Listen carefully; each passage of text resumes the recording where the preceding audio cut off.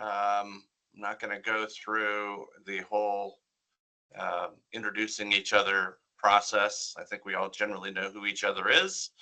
And I don't believe Harris Rybach is joining us today. So we're going to do the agenda overview here, and we do have a quorum. So I think we can get rolling along here. Give you back some of your day if we end early. So is everybody okay with the agenda? Any objections? All right, hearing none, I'm going to move on to public comment. Do we have anyone that wishes to address the group?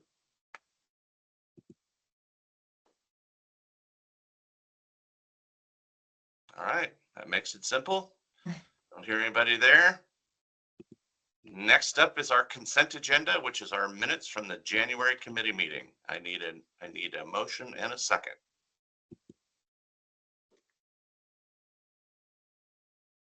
This is Courtney. I'll move. Thank you. Anyways, it was black. This is Josh. I'll second it. Yeah. Thank you. But it still didn't come back on. And I went over. Someone- Just so people know, somebody needs to mute their mic. We can hear you talking. Okay. Any discussion on the minutes? All right. Amanda?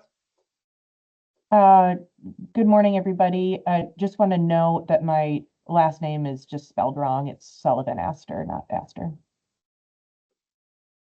Thanks. We'll get that corrected. Thank you. Thank you. Mandy, did you have your hand up?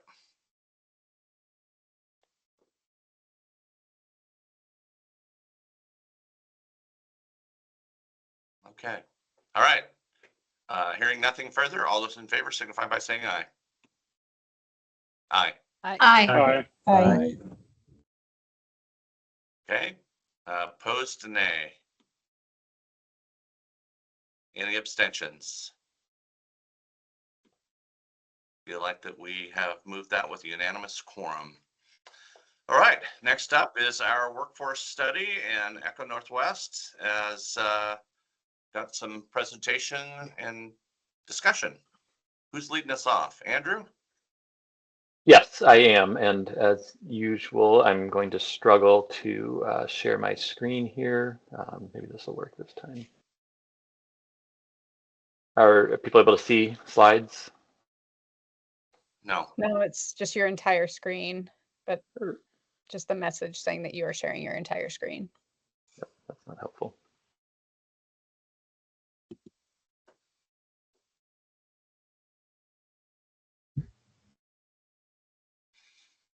There we go. Okay, is that better? Oh yeah, there you got it. Great. Sorry about that. Have a number of updates for everybody. As Craig mentioned, happy to wrap up a little bit early if we can, give you back some of your day. Quick little agenda here. Just to update everybody on where we are in our work plan. I want to spend some amount of time discussing a survey that HEC has recently approved as an extension to the study. Jay will walk you through some of our findings from the first round of engagement. We've completed some of our quantitative analysis, and I'll talk about that in a second. So just have a couple of highlights from that. There will be much more in the report chapter that's forthcoming. I'll talk you through next steps.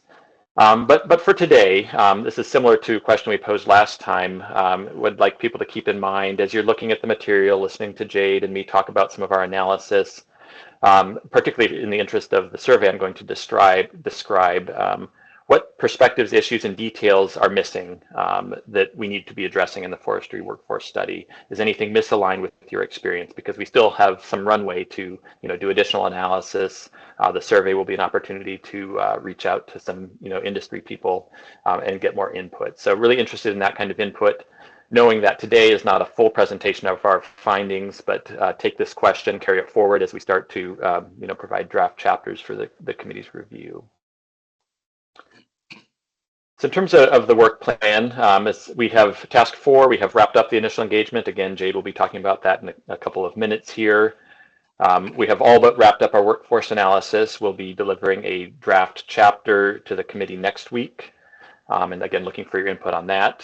We've started on the program analysis. I'll say a couple of things about that in a few slides after the engagement highlights. And then we've started diving in heavily on our follow-up engagement. And the goal there really, again, is to sort of round out what we heard in the initial engagement, things we're seeing in the workforce and program analysis, to get as complete a picture as possible of the industry and, you know, sort of the workforce challenges and opportunities therein. Okay, so first substantive piece here is a survey. We had a little bit of discussion last meeting about the benefits of conducting a survey. In the interim, the HEC has approved an extension to our contract that will allow us to develop and administer a survey to collect this additional information. The initial impetus for this survey was to collect more information on loggers and logging machinery operators as a category that is not terribly well characterized in the available data. So that will be the focus of the survey, but since we are doing the survey, we have the opportunity to distribute it to a wider set of you know, people in the industry. Could be mills, manufacturing, transportation, forest landowners, etc. So interested in some input on that question. Note that time is of the essence. To complete our project, we need to get the survey in the field as soon as possible. And there's a date at the bottom of the slide that I'll talk about in a second. But having said that, well, yes, so we're looking at it, looking for input from you all on who it might make sense to survey beyond the loggers and operators, the kinds of questions that might be of interest, again, thinking about the kinds of perspectives and issues that you would like to see represented in the final report. And then also critically, if through Amanda, the AOL has agreed to distribute the survey through their mailing list. If we're going to reach a broader audience, we need pretty quickly to understand how we reach these people. You can see some ideas on the bottom of the slide. We have representatives from several of these entities on the committee. Also looking for input on, you know, would your organization be willing to distribute a survey to members? Are there other industry groups that we should reach out to, other sources of potential survey respondents that we should reach out to? So I'll pause there, again, looking for input on, you know, who we should be surveying and can survey, questions that are not listed here that we might want to be asking, and then third, how do we find these people?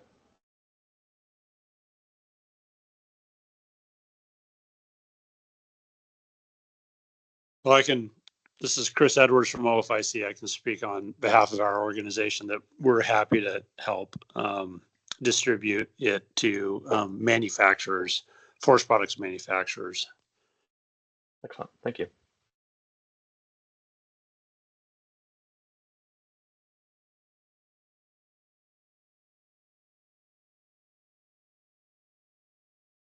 And I would say if everything looks fine here, we will proceed.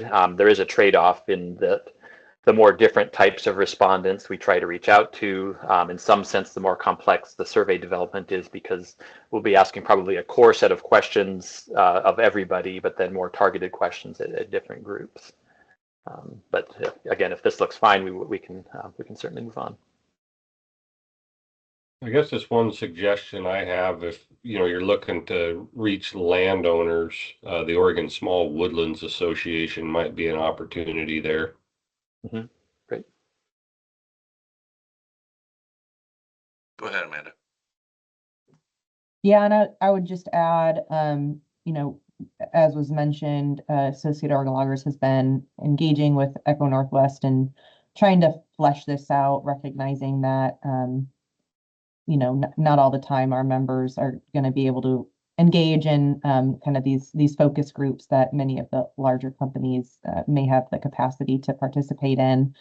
And so we've been engaged. We haven't come up with questions yet, but I would love to maybe develop some sort of a small working group that can work alongside Echo to fully flesh out those questions for some of these other audiences. So probably a small group, but I think more collaboration there would be fantastic.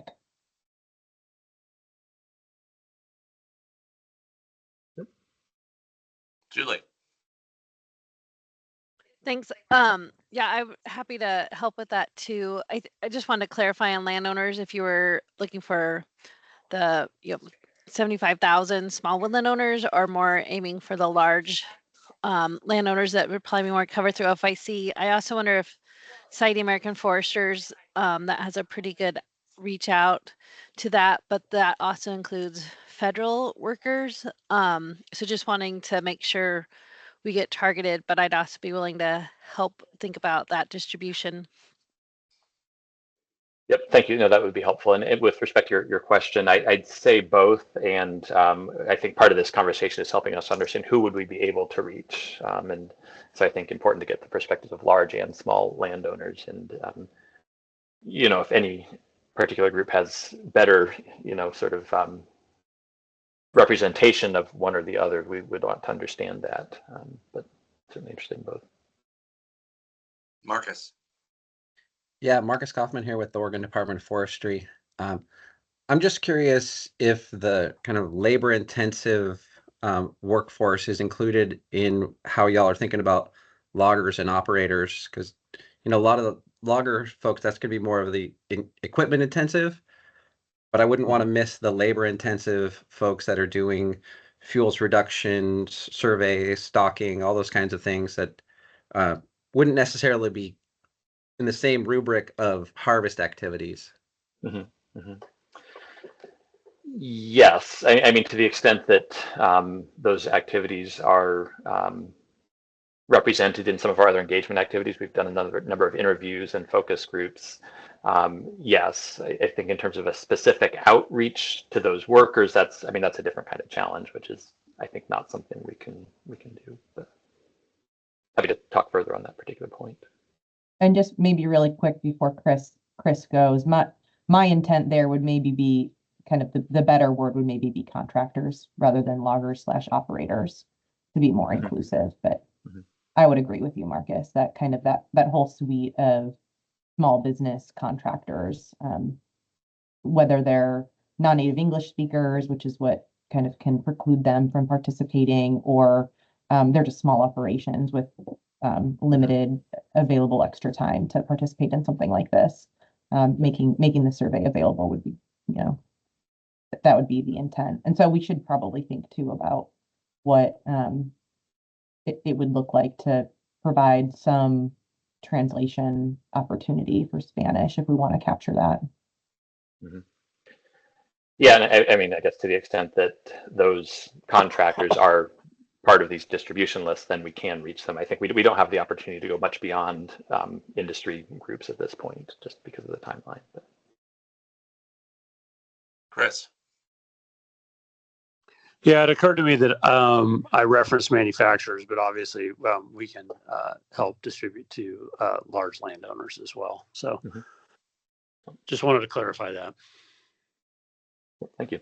So Andrew and Melissa, I'm a little bit lost here on what your expectations or your needs are. Are you expecting members here to either provide you with lists of names or to distribute the packet that you will develop to their own lists?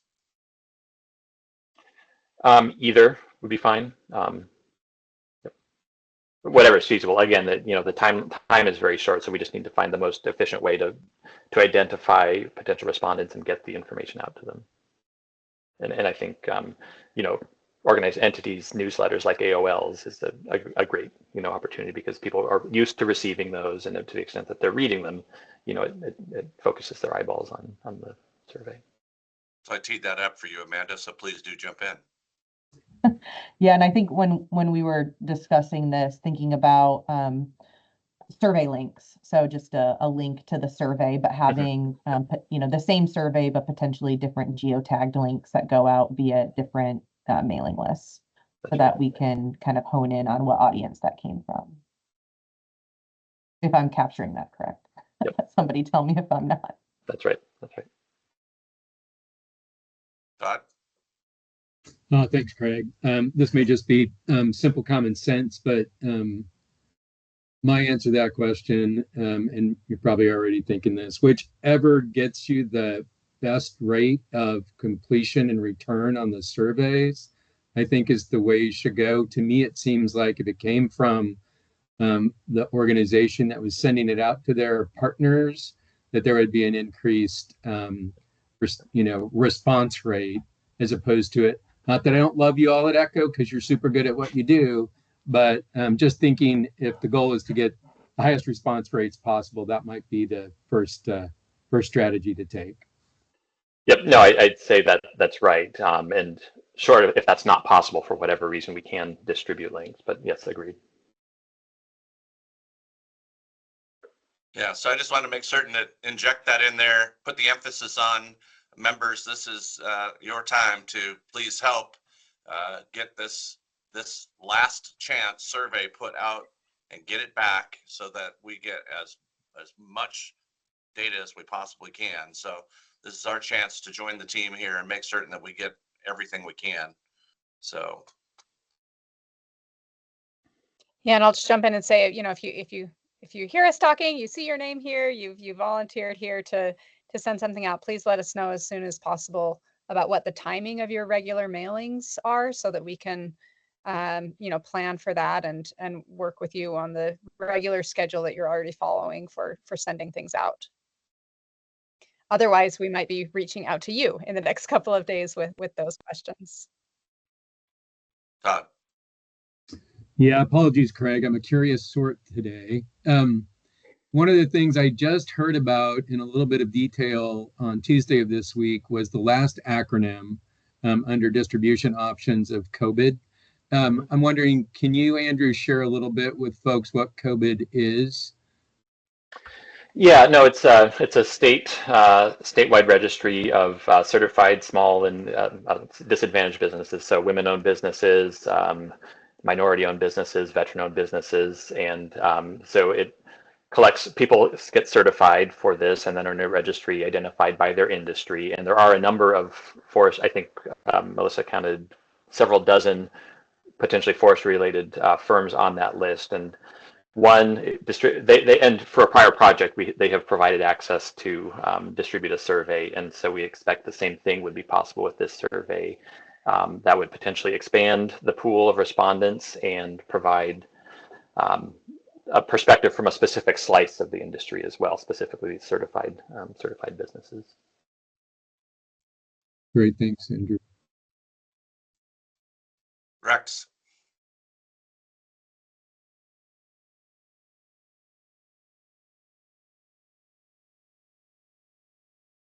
I see you, Rex.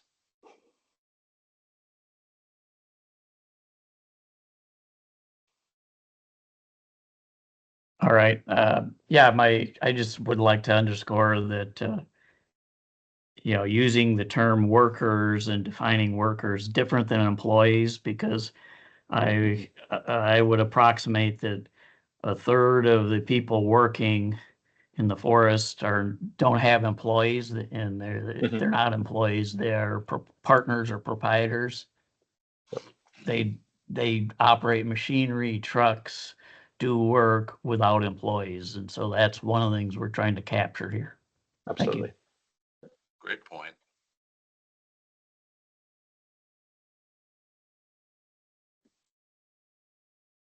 Dave? Yeah, in that vein, Rex, I mean, that's a great point, but there's another audience out there that's directly impacted, and that's, the secondary service providers. And so I mean, realistically, for what the scope of this work is and the information trying to be captured, I don't foresee the ability to go out and, seek these individual suppliers or service providers that are supported by wood products.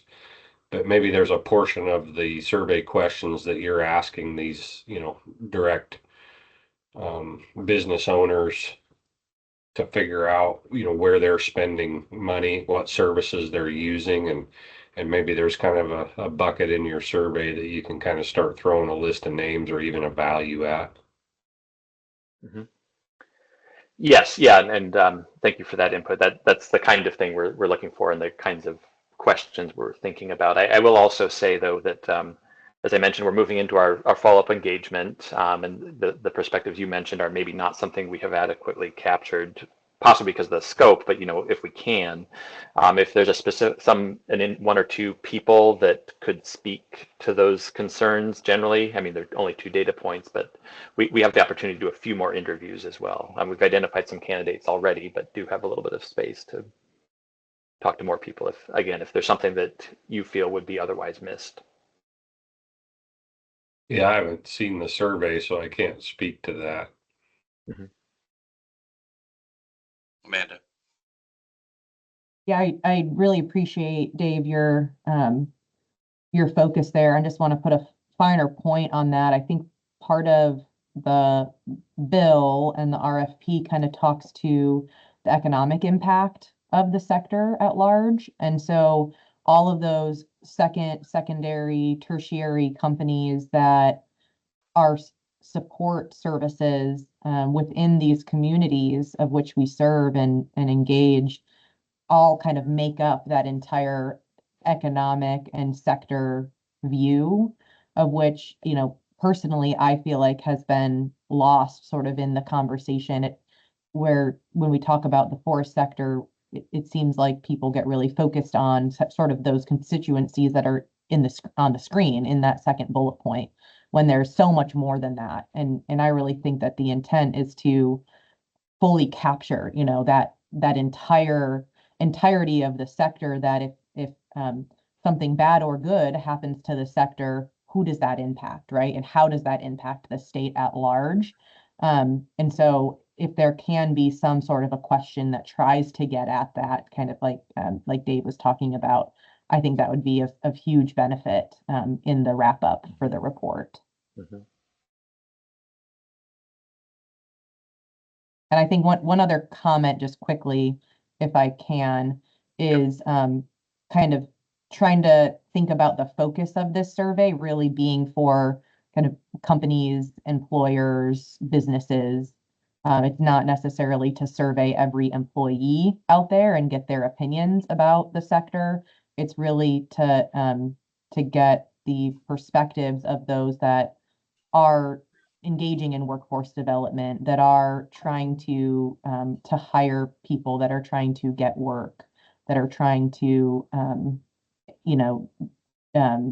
engage in the operation. So kind of again focusing in on how we ask the questions, that it's really a focus on that kind of constituency rather than every employee, trying to get demographic information by serving this survey to every employee or something like that.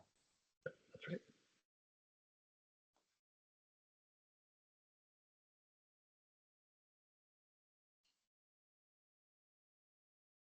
All right, Echo team, what does that do to your presentation? Well, we're going to march through it here. Great input. And if there aren't any further comments, happy to move through into the rest of the presentation. And happy, as always, happy to take any thoughts occur to you, ideas for contacts or things we might want to consider for the survey. Feel free to pass them along. We will take them under consideration, knowing that we have to have the first, at least part one version of the survey out the door in a couple of weeks. Before you go on, Jim Paul. Yeah, sorry for the late question there. You're trying to move on, but I just wanted to confirm that the survey is going to have either right up front or at the end questions to collect on the sort of demographics and type of where they are in the workforce sector, different categories of workforce employees, participants. And given the discussion, a lot of the discussion here seemed to revolve around making sure we're capturing every type of part of the sector. So I wondered, are we or a subset of us going to get a chance to review that just to be sure everything's on that demographic part of the questionnaire that we need or would like? Yes, so we will provide a draft of the questions, and we will ask you please turn it around as quickly as possible, because we will have a tight timeline, and it takes time to develop good questions as well. And so, want to work collaboratively, but certainly want to get the wording right so that we're asking the right questions. Yep. Okay, great. Thanks. Good question, Jim. Thank you. All right, Andrew, keep on going. So, and we don't have to cut. This is a very important part of this. So if there are further comments, we can certainly talk about them now, but otherwise we'll proceed. Okay. So I'll turn it over to Jade to talk through some of the highlights from our initial engagement. All right. Well, this slide probably didn't get updated because we are past initial engagement. We're deep into the engagement. So, Well, I will give you an update regardless. Go ahead, Andrew. Were you going to say something? Oh, well, findings from the initial engagement. So. Yes. Okay. So we have completed 27 interviews already. Last time we talked, we were about to start talking to employers. So we since have had 2 different employer focus groups, which had about 4 to 5 different employers in each. One was definitely much more of a rural group. And then one had kind of a mix, more what they had kind of sites, both rurally and more suburban, urban groups, mix of manufacturing and logging companies, some both. And then we did 5 interviews with board executive directors from workforce boards. That's included in the 27 completed interviews. So just an update on who we've been talking to since we last spoke. So with that, I want to share a few themes. So we talked a lot about, in the employment, there was a lot that came out, but some of the interesting things came from the real difference between finding workers in rural versus urban, suburban spaces, and some of the pros and cons that come with each of those locations. And, we were hearing initially from when we were talking more to kind of school-based areas, students don't want to go live in rural communities. And, if the logging and forestry sector want to really make it, they need to be in more urban areas. But, I actually found talking to employers that wasn't really the case, that there was a lot actually more success in some ways being in those rural communities because of the nature of the work and how rigorous and physical it is and the times of day that it takes place. And just, it takes kind of a level of understanding, maybe some kind of familial and cultural relationship to that work to get folks, interested in it because they have some already family relationship to it or cultural connection to it. There's less kind of education about, what even is this kind of work? Why should I even be interested in it? They were doing that. They were going to schools. They were getting kids excited about it, but it was, there was less need to really help them understand that this is even an option in their future. It was more like they knew it was out there. Tell us more about what it actually looks like. And it was easier to do. It was easier to get a group of classroom kids out into the woods learning how to measure trees than it would be in an urban environment to kind of reenact that kind of experience. So that was one thing that was helpful. The other was there was just a lot fewer alternatives. So in the kind of talking to the suburban and urban folks, they were like, it's just, there's just so many other options for retail or, other kinds of jobs that pay maybe slightly less, but are warm, they have better hours, they just, or restaurant work, that kind of thing that just feels like an easier lift for some folks, and they're willing to get paid a few dollars less to do that kind of work than get up so early or be in a cold, kind of damp environment or whatever it is that just felt like much more challenging kind of work, physical work. So that was one of the issues that they were finding there. So there was less turnover in those types of jobs. Do I have a hand up, or I don't know, something flashed on my screen, but it doesn't seem like a hand, but please do raise your hand if you have something. But the other thing that they were saying in terms of those rural communities is that, there's no housing out there for folks. So you really do have to pull from your local workforce. And so there was a real interest in getting the training, the education to come out there. So they really did not want to send their young people to any kind of colleges that would force them to leave. They emphasize that if they leave, they don't come back. So, you know, and I'm sure that's not entirely true, but that was definitely the feeling. Like, we don't want to send our youth away. If once they go to the other side of the Cascades, or if they go to Portland, or if they go somewhere, they don't come back. And so it was like, we have to figure out a way to do this kind of training, either online, some, you know, management level training or certification work, or bring people in to do some higher level training on site, so that way we can get the folks the education and skills that they need, but it can happen here in our local communities. You know, that we're talking to folks up in the sort of northwest area, Astoria, and they were saying they were frustrated by the fact that there was some kind of remote sites for OSU and maybe U of O, but these little campuses up there that don't get used to bring those faculty up to be able to train those workers, or even some of the community colleges that they're like, we see that they belong to those universities, but they're not bringing folks up here to help train our people while they're up here, and forcing them to kind of go down there. So that was one of them, the concerns.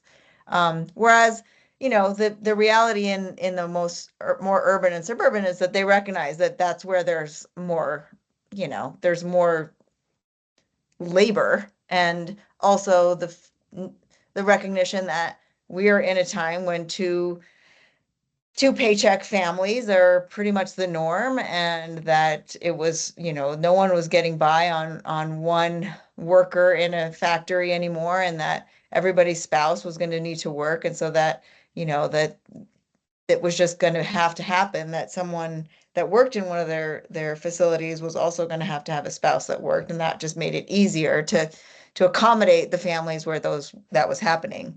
But they talked a lot about how the turnover is very high at those facilities. They kind of just expected like 1 in 10, maybe 2 in 10 to be someone who would stick around, and they would lose 9 or 8 of those employees to a pretty rapid turnover. And the kind of strategies they were talking about is, how do we get people to understand this work before we put a lot of money into them? Because we know they're not going to stay. So let's show them how tough this is, so that they can, you know, self-select out before we put a lot of investment into training them, which, you know, that's a tough strategy when you kind of like, how do we weed those 8 people out before we spend a lot of money on them? So some of those strategies were looking like, you know, making sure they toured the facility very early on, so they could understand that it wasn't going to be like a walk in the park, that it was tough work, you know, like, you know, all the kinds of things that could show them early on that this was going to be challenging, and that they said that was actually quite helpful, that people after the tour were like, actually, I'm not really sure that this is right for me, and then opted out before going through 2 weeks of training, and then having to be on there and then quit by the end of the second day. So those are just some of the things that emerged from some of the conversations with the employers. Any questions on this?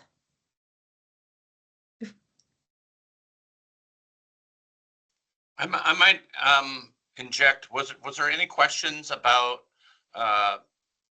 apprenticeships, internships, work experiences there? Yes, especially I would say in the rural communities, there was a lot of effort to get kids involved, even get them some work experience before they graduated. Kind of like since they need those young people to stay and to go straight to work in those communities, because that's all they have. They were a lot more committed to making it a direct route into those workplaces. They are not, you know, they don't have the luxury of having 20 people come and having 4 of them stay. They need those folks to stay. So they do a lot more to facilitate that entry, to get them pathways, to show them how good it is. And I think that's one of the ways that it's actually kind of working in those rural communities. So yes, there were internships. There were a lot more, you know, collaborations with high schools, work study programs, those kinds of things.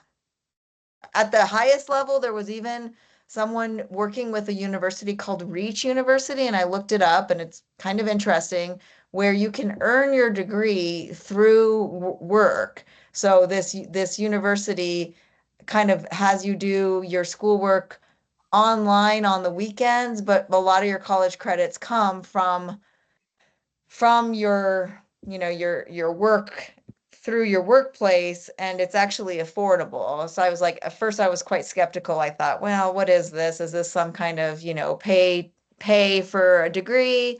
But it's it seems like it's a nonprofit kind of organization that's helping folks get their degrees through workplace work. So I mean, that might be some, you know, it's very small in scale, but it might be one opportunity to kind of scale up. I don't know.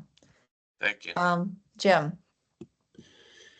Yeah, just curious if in any of the questioning or responses you got the theme about perceptions of kind of upward mobility, future opportunity in the industry, ability to promote and move up and earn a better style, lifestyle or living in the future. If that I didn't hear that theme there, and whether it's perception or reality, I suspect that might be something we'd hear maybe in the broader surveys, but just wondered if you'd heard any hint of that theme coming up. Yeah, so, you know, we talked about the need for a degree in some of these, and some of the facilities that were more urban and suburban, you know, they really kind of emphasize that, like, it can help you get at a higher level, but that all of their jobs that they could think of could be achieved through just working there and getting higher and higher. In fact, they were a little frustrated that some of the people that did come with degrees, they were hoping that they could be supervisors on the floor of the facilities, that they would be hired in at, you know, a kind of a managerial supervisor level, but that they were finding that the kids with the college degrees, or kids, you know, the recent undergraduate graduates didn't want to work on the floor. They only wanted to work in the office. And, you know, because I guess working as a supervisor on the manufacturing floor, again, long hours, difficult work, high stress, and they were not interested in that kind of position, and they were having a really hard time hiring for it. So yeah, I think there is opportunities for growth there. I think they would also like some growth opportunities that come from the education sector, but there is a fear that they will lose people if they go pursue higher education, and, you know, may find that there are other pathways that they didn't know about and don't want to come back.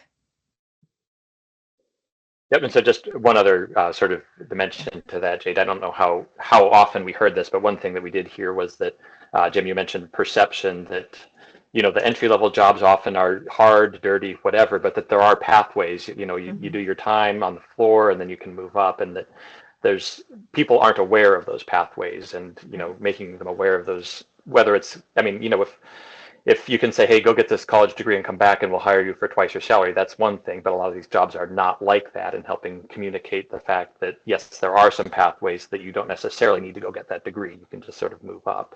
But that is a challenge in recruitment and retention. Mm-hmm. And honestly, a lot of the people that we talked to who had followed those pathways, I mean, most of these employers, I mean, they, at least to me, claim to miss their ability to be out in the woods more, and to be, you know, that they were stuck in their offices now more than they wished. So I don't know. I don't know if they really, you know, if it was more nostalgic than anything else, but. Jump in there, Todd. Thanks, Craig. Thanks for all this good information, Jade.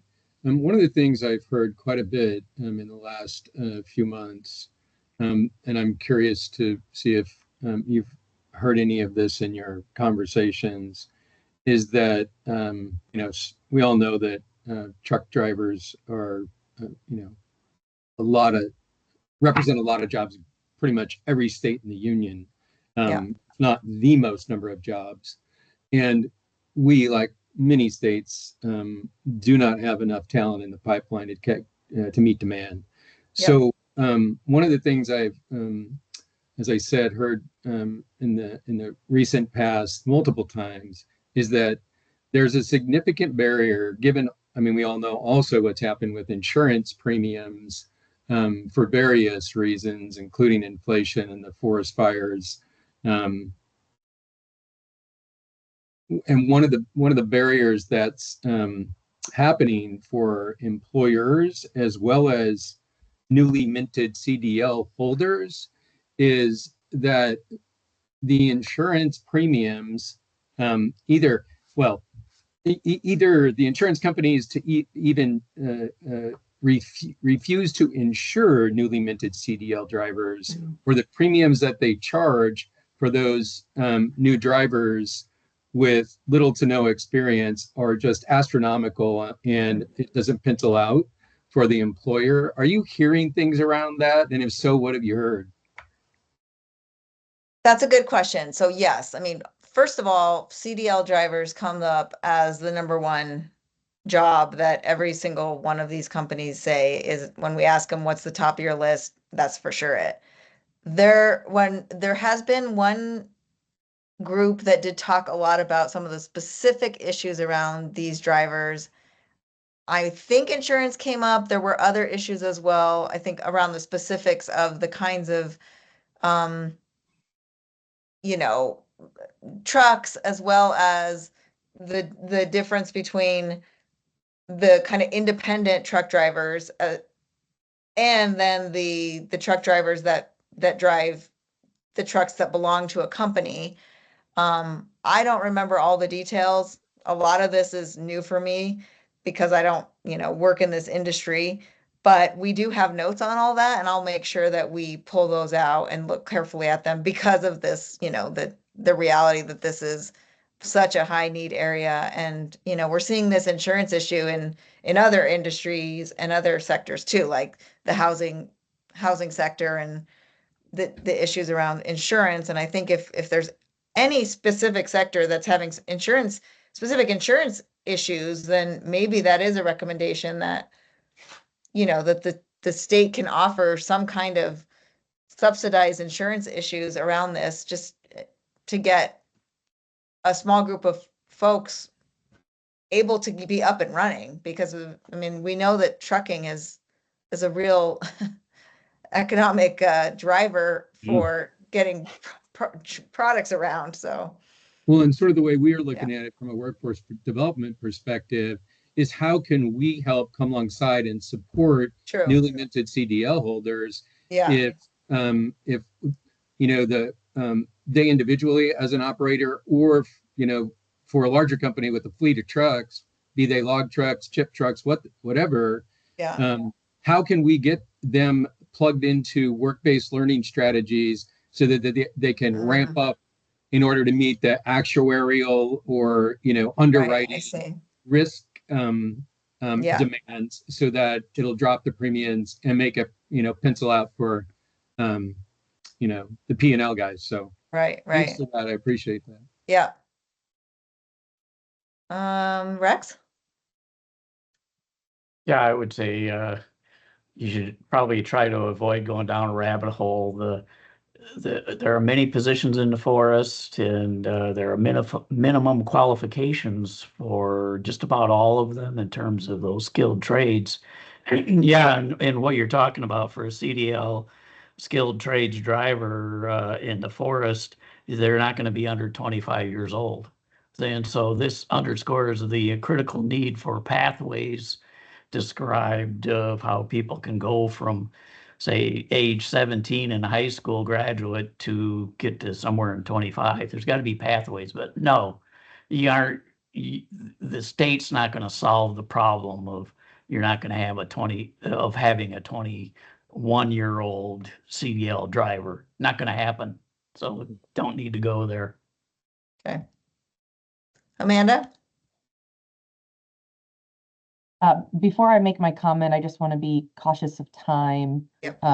The top here says themes on location. I'm guessing there's themes on other things as well, so I don't want to get ahead of myself and make sure that we Well, have I time to finish your guys' actually, I report. know how many I have, but I don't know if Andrew has a lot after me. That's why I was just slacking Melissa on the side here. Well, Okay. I'll say, I mean, I can do a quick flyover or not. I think this is the important conversation we want to have about, Okay, sort of I only testing have what 2 more Jade is slides. saying. So. Yeah. Okay, I'll just make a quick, I'll just put Okay. a quick kind of bullet down and we can Yep. maybe chat later too, if it makes sense later. But just curious how much engagement or how interested you guys, the Echo team is in gathering good, potentially scalable recommendations or solutions that we know certain companies may be taking to try to address some of these issues that could be worked in that, are very likely to have been missed by just a small sampling of the population. I mean, I'm happy to, yeah, connect with you on that. I think we did hear, Hamden was there and gave us a lot of great, suggestions. I tried to, in this, for you all, put in some of the larger overall themes, but there was some great specifics that folks are doing that we did capture, but yeah, I think, I mean, the point is to capture what's working out there. So if you want to share either specific companies with me to make sure we talk to them, or just have a meeting, let's do it, and we can hear. I'd love to hear more about what you're hearing out there too. Because we did hear some lovely, some great options, and even from folks in the workforce board. I mean, a lot of things have happened. One of the main takeaways from our conversation with the workforce board is their programs are often one-time only things that they would like to keep going, but the budgets never seem to be enough to keep something ongoing. So it's like they try something for a while, it worked well, but the budget ended, and so they couldn't continue it. Those are some of the realities of that kind of work. And there's always other priorities. Okay, maybe just something that we can think about for the survey too, one of the open-ended questions. How you're trying to address some of these challenges, but maybe connecting or ensuring that folks that we know, on this committee, kind of are in our networks, making sure that people we know that are doing kind of unique, interesting things that should be shared broadly, and maybe aren't, that's kind of the responsibility of all of us here. Mm-hmm. Yeah. Okay, Okay. we need to move us along. All right. Well, I have 2 things I want to talk about, and they're really kind of 2 elements of the same theme, which are, one of what's emerging right now, which are 2 kind of big elements of the new federal policies. And yeah. So one of the new issues in the federal policy is Trump's interest in really changing the amount of logging on federal forest land, which we know that Oregon has a significant amount of that. I kind of saw that coming before he mentioned that was going to happen. So I started to ask questions about it to the interviewees before he announced it. And it was an interesting, I wasn't sure what kind of response I would get, if there would be some great enthusiasm, like finally, let's do this, or if there would be some, hesitation. What I ended up hearing was a kind of frustration, honestly, that this is ridiculous, that the federal government, in fact, I'll just give you a minute to read this quote on your own, and then we can talk about it.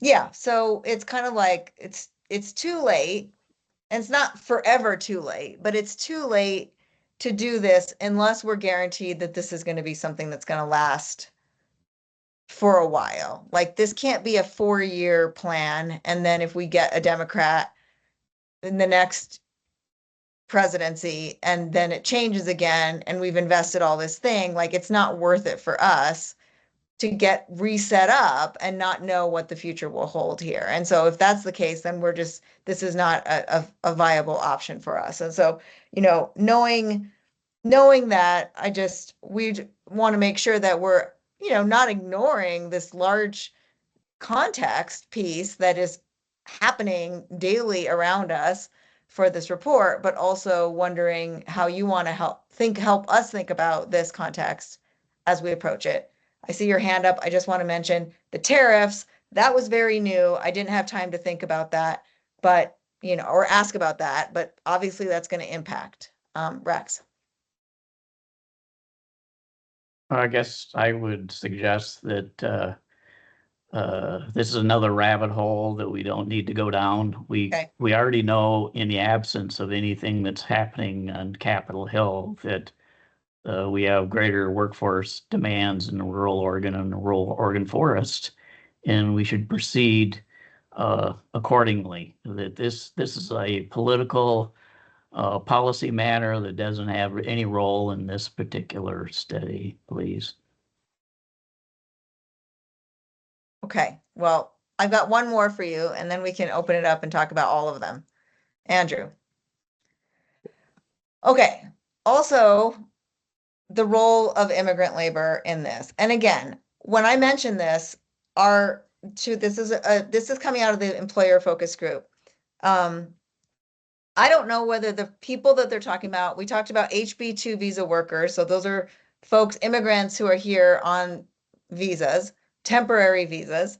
There's also undocumented workers who are probably working in this industry. And then there are, documented American citizens of Latino, descent and ethnicity who are in this field. So this is a mix of all of that, but I'll give you a chance to read this.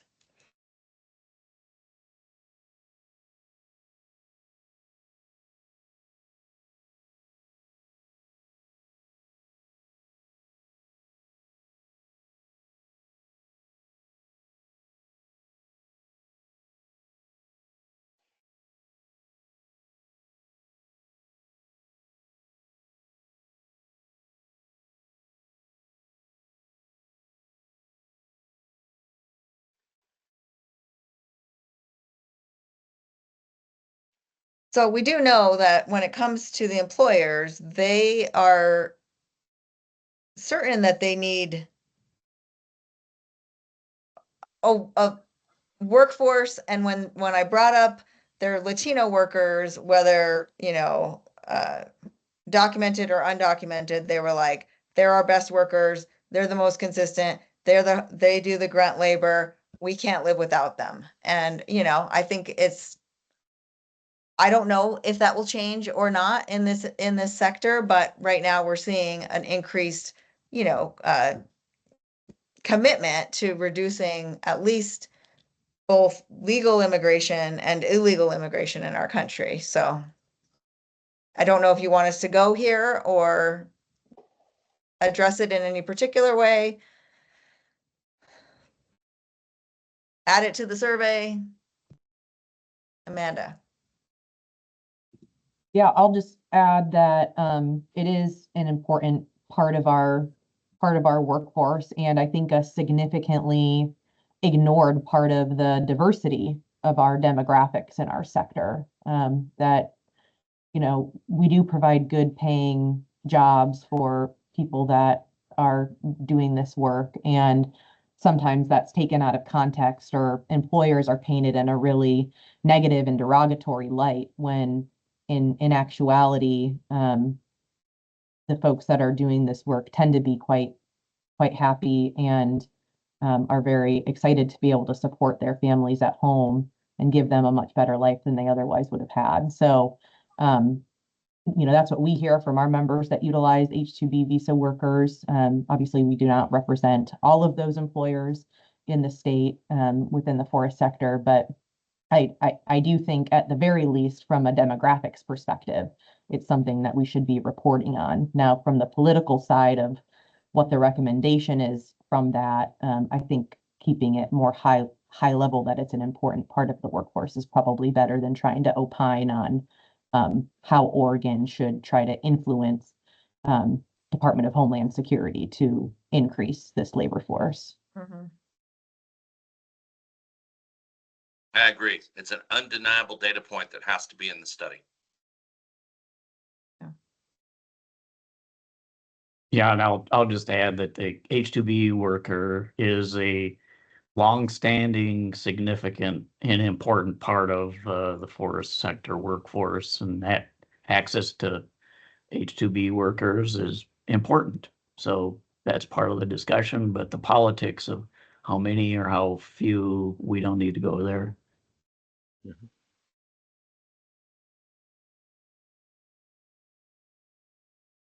All right, Andrew, I used almost all your time. Oh, Marcus, you've got a comment.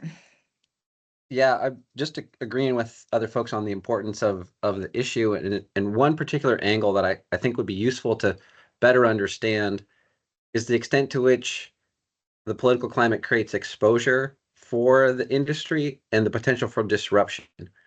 I'm not recommending that we pursue solutions to those things, but better understanding how that disruption may happen, what kind of impact that may have on the industry, that would better prepare the committee to, if we chose to act, if we chose to do something around that or make a recommendation, at least it would be based on some solid information. Yeah, no, great conversation. That's exactly why we put the engagement findings first, so that we could hear these perspectives and so on. And I'm going to fly through a couple of slides. Don't feel like you need to absorb the numbers. Like I said, we will have a draft chapter on some of this material out to you next week that'll give you time to digest and provide feedback. But do just want to highlight a couple of things. First, in terms of where we are with the program inventory, as some of the prior discussion indicated, there are a lot of jobs that do not have and probably cannot have formalized pathways, through the industry. But we are looking at those formal pathways as part of this project through a data request to the HEC, which we expect to be fulfilled this week, and we'll have some analysis ready for you in not next week, but after a little while. We also made a request of BOLI to get information on forest-related apprenticeships that's beyond what's publicly available. We're having a hard time getting anything from them. We don't know when that will be fulfilled, so we're trying the best we can, but may not have as much information on apprenticeships as we had hoped. And then have been sort of fleshing out the analysis of the workforce, but based on questions we posed at the beginning and input from the committee. Took a look at seasonality, a little more information on wages and demographics of the workforce. I'll stop quickly on each of these. One, in terms of regional variation, we showed a picture similar to the map on the right, which shows for the forestry industry as we've defined it, relatively high wages in the metro area compared to the statewide average, much less so across the rest of the state. But if you look at regional wages, the forestry sector pays somewhat higher wages, which should be a selling point. At the same time, as you all know, it's a highly seasonal industry. We are able to look at the month-to-month variation in employment across the industry and, sort of quantify what that seasonality means in terms of number of jobs. And that's a piece of the communications and operational challenges that we know is part of the industry. So we will be reporting on that. And then finally, more information on occupations. I'm going to skip these for now to some demographics. And don't have much time to talk about these, but we are able to look for groups of occupations important to the industry. What share are female, what share are Hispanic, what share are non-Hispanic BIPOC individuals, and we can go beyond that on the right side and look at demographics by age. And this chart that we don't have time to talk about, but looks at tries to address what Amanda pointed out as a perception of the industry is all older white males. Not quite true, but there is a grain of truth to that, and we will probe that further. So I will leave you with the next steps, and I don't know, Craig, if you have any closing thoughts. No, we need to get that. We need to get that work in progress and timeline solidified here.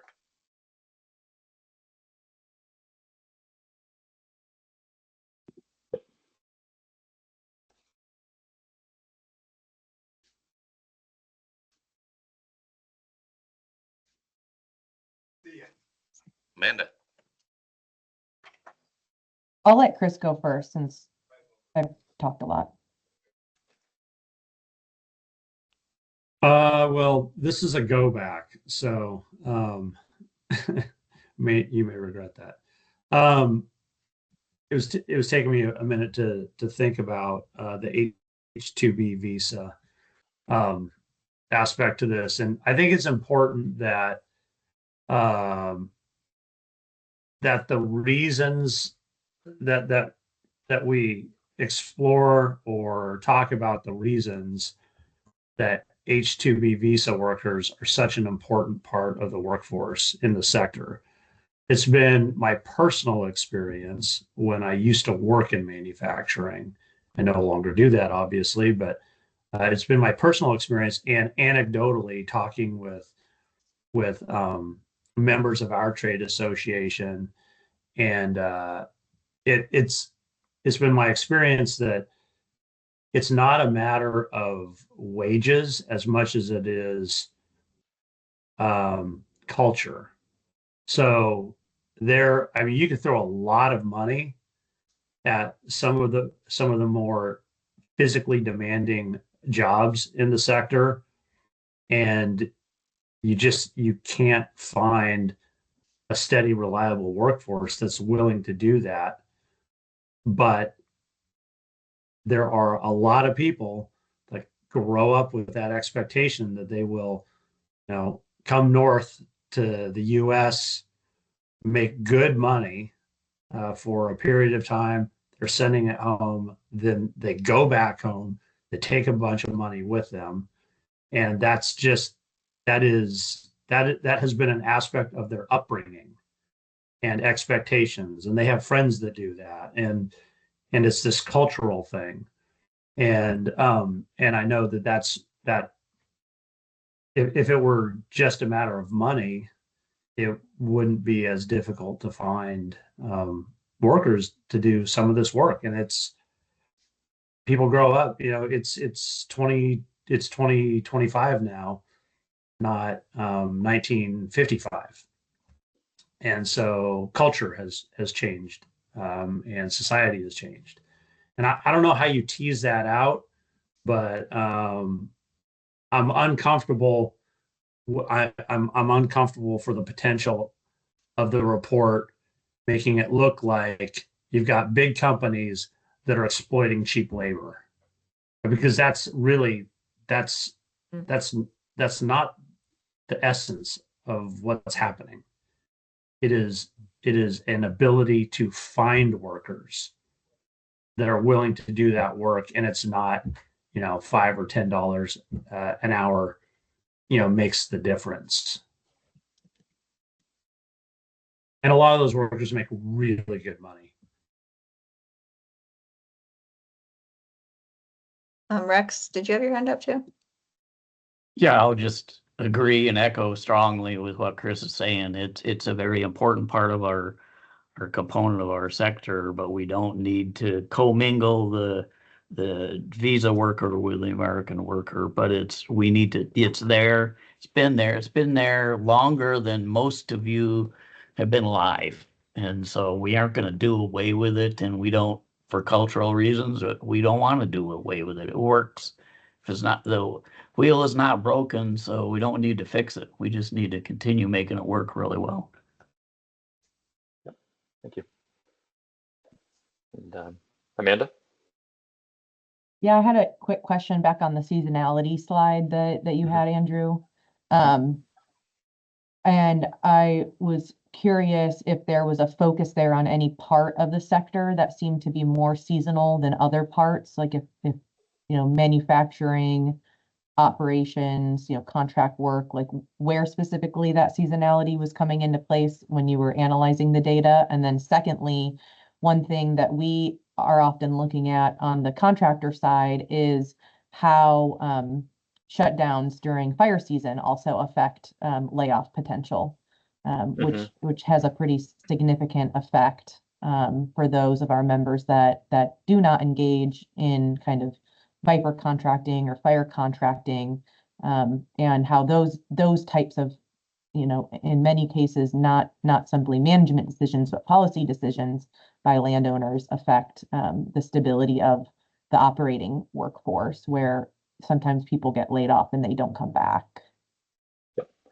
Yeah, no, great questions. And I will say we're showing here at sort of broad forestry sectors. We see the seasonality in the forestry support and forestry management, and we can pull that apart, peel that back a little bit more. But as I think you know, and we've said, that the data source that allows us to count employees misses a lot of the activity. But yes, we can certainly peel this back a little bit further. And can you define forestry support and forest management for this audience? I'm not sure I know exactly what falls into each of those. Yeah, so it's this is maybe not terribly helpful, but well, no, that isn't very helpful. So forestry support includes logging and some of the logging support activities, and we have a long list of detailed industry codes. Forestry management really is that's your landowners would fall into that category, although they are not captured in these data, but it's the management of the forest itself as opposed to harvests and so on. Yeah, I don't know how other people feel about that, but I would argue that logging is a part of forest management, pretty critical part of forest management. So the vernacular here is maybe a little bit challenging for kind of for me personally, as somebody engaged in this sector. So, you know, thinking about how maybe we name these categories may help in the explanation narrative part. Yeah, that's helpful. And so we're following OED's, the employment department's lead, and using their categorization, but we can certainly you know, talk about potential alternatives, and we will have in the report a detailed explanation of what exactly we're including in each of these. Okay.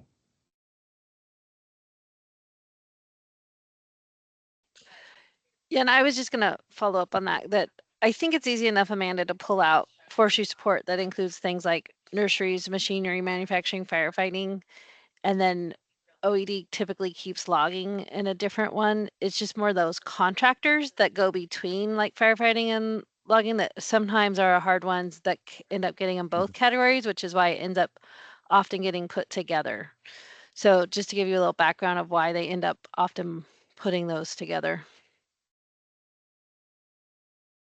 One follow-up there would be, and maybe this is getting too in the weeds and we can kind of leave it here, but thinking about companies that have DBA, you know, doing business as companies, or kind of those different naming, you know, maybe the same employees, but working for multiple different companies doing different types of work. Because I know that happens quite a bit, especially in the firefighting space and in the road construction, logging, where especially for insurance purposes, you know, there'll be a DBA company or a separate LLC that has the same employees, but working under a FIPA contract, because of just the types of P&C insurance and other requirements that are needed for those types of agreements for that type of work.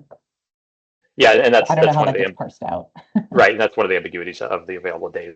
A lot of overlap, and you know, we can see a little bit of that, but we don't have the ability to fully disentangle, and obviously not capture all of the activity, because a lot of entities don't even show up in the data that we're looking at with respect to seasonality. So I'd say we can certainly refine what we've done to some extent, and I think it provides a big picture understanding, at least, of the ebbs and flows. All right. Well, we're 10 over. Andrew, Melissa, you think that you have some of the things that you need to keep moving forward? Yep, absolutely. I think great discussion. Yeah, this has been very helpful. Thank you, everybody. Okay. And again, do note that our next meeting for this group is April 24th, and we'll have probably just as much robust discussion. And I won't talk about giving any time back next time. Yeah, sorry. Thank you all. Thank you. All right. We're adjourned. Thank you. Thanks, everybody.